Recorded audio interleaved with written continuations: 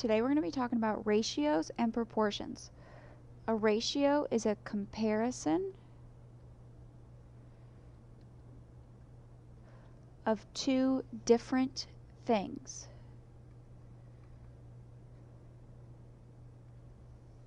There are three different ways to write a ratio. Ratios can include either part to part or part to whole or whole to whole.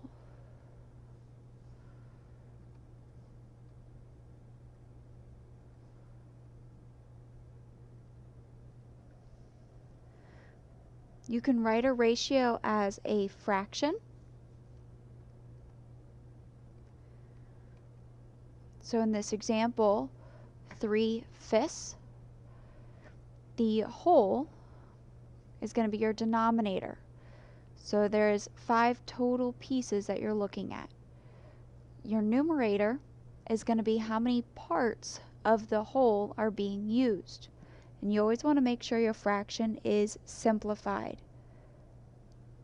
So looking at the example, write the ratio of shaded stars to all the stars. So if I count how many shaded I have, 1, 2, 3, 4, 5 shaded, how many total stars I have is going to be 1, 2, 3, 4, 5 times 2 is 10 total stars. So my fraction ratio is going to be 5 in my numerator over 10, which can be simplified to give you 1/2. 1/2 is the correct answer. You can also write the ratio with a colon.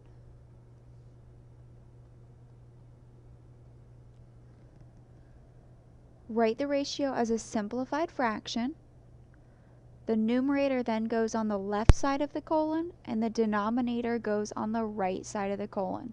So in the example given, 3/5 written as a colon would be 3:5. What is the ratio of a triangles to hearts? So I'm going to count how many triangles. 1, 2, 3, 4 triangles. 1, 2, 3 hearts. So my fraction ratio, and it goes in order. Order matters. Triangle to hearts. So it would be 4/3.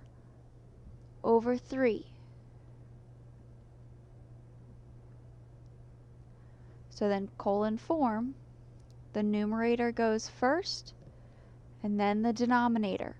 Order matters. So if I read this left to right, triangles first, that's got to be my numerator. Hearts is second, that's got to be my denominator. You can also write a ratio with the word 2. First, write the first item before the word 2 and the second item after the word 2. Very similar to the colon. Okay, and so in this example, there are 18 footballs and 10 basketballs in a ball bin. What is the ratio of basketballs to all the balls? So basketballs, I have 10 basketballs. Total, you have to add the 18 and the 10 to figure out how many you have to give you 28. So your fraction ratio, it wants the ratio of basketballs to all of them. So basketballs is going to come first. That's going to be on your numerator, and all is going to be in the denominator. So there are 10 basketballs and a total of 28 in the bin. This can be simplified by 2.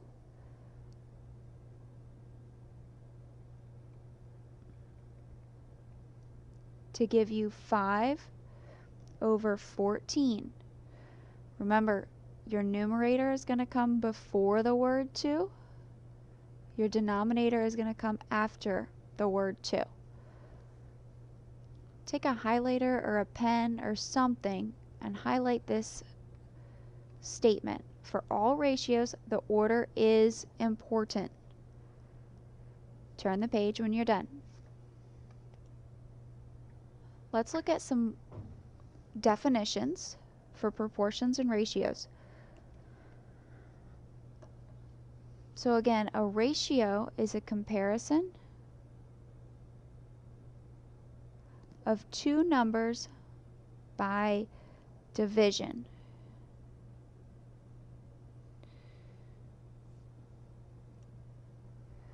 Written as a fraction, compares the part to the whole. Always make sure you simplify. A rate is also a comparison, but of two measurements having different units. A key word to remember is per. Unit rate is a rate that has been simplified so it has a denominator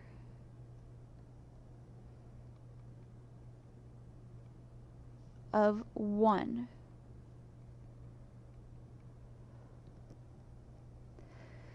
So it should be your rate on top over 1.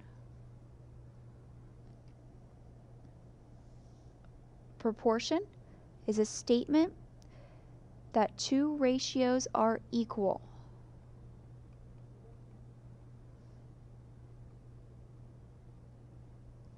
Proportions are used to calculate a missing value. So for example, you have a part to whole equals a part to whole, or you have a part to whole equals a percent over 100.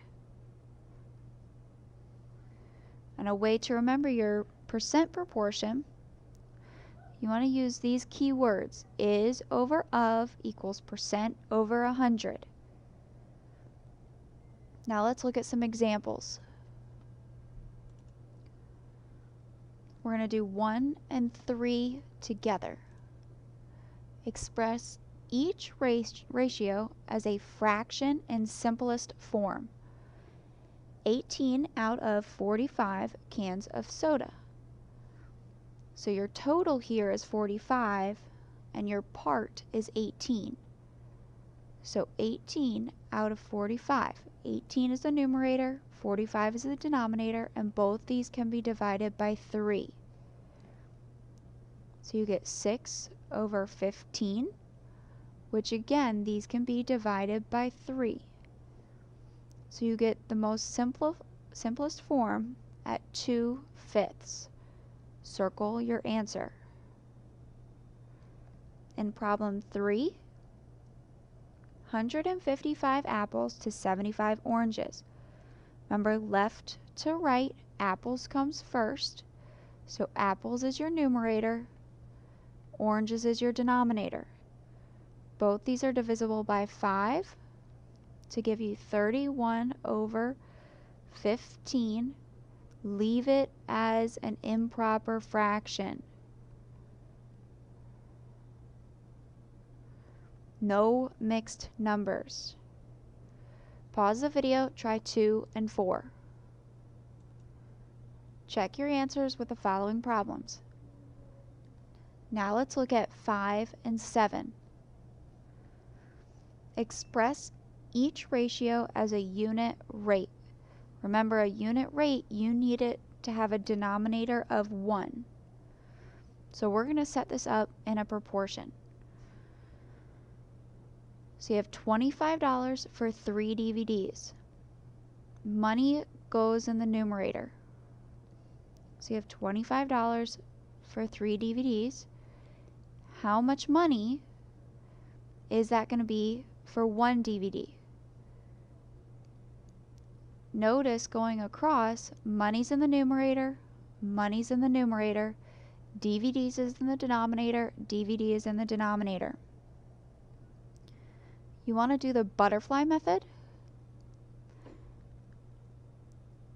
So 25 times 1 is 25.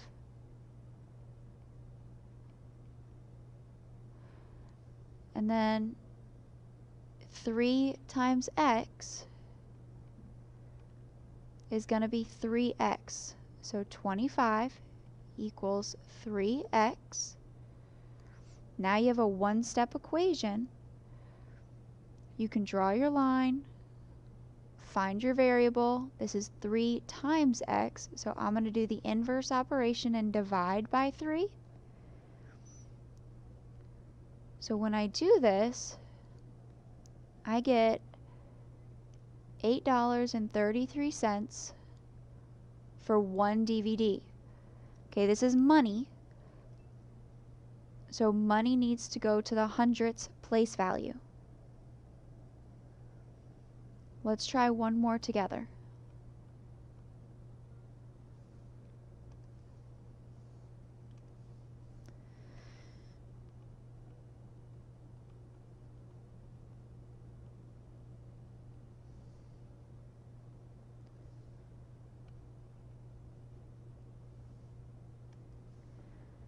$250 miles in 5 hours. So again, left to right, 250 miles in 5 hours. If I want to figure out how many miles was in 1 hour, I want to do what's called the butterfly method. So you can see in the example above, it creates wings of a butterfly. So you always want to multiply the denominator of the first fraction times the numerator of the second fraction. As long as it's numerator to denominator of other fractions, you're good. So 5 times x. Then here we go, the numerator of the first fraction times the denominator of the second. 250 times 1. So you get 5x equals 250. You have a one-step equation, solve. So I'm going to divide each side by 5 and get 50. So you want to represent this in a fraction, because remember unit rate, we talked about above how it had to be x over 1. So you can see how I rewrote number 5 to give $8.33 for one DVD. So here you have 50 miles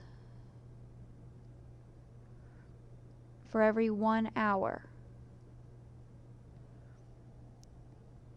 Okay, pause the video, try 6 and 8. Check your answers. Number 6, you should have gotten 4 pages for 1 hour. Number 8, 8/10 of a mile for 1 minute. Notice on all 4 of these, I have labeled them. $8.33 per one DVD. 50 miles for 1 hour. You have to do that. You need to label your unit. Let's look at number 10. Scott read 4 books in 2 months. How many books will he read over 1 year? Okay, you've got to remember how it says months here in the beginning of the statement, and then it goes to a year. Rewrite this as 12 months to keep it in the same unit. So if he read 4 books in 2 months, how many books does he read in 12 months? Okay, this is not unit rate. This is just setting up a proportion. So you want to do the butterfly method. 4 times 12, which is 48. 2 times x, which is 2x. You have your one-step equation. divide by 2 on each side. 48 divided by 2 is 24. So in 12 months, he read 24 books.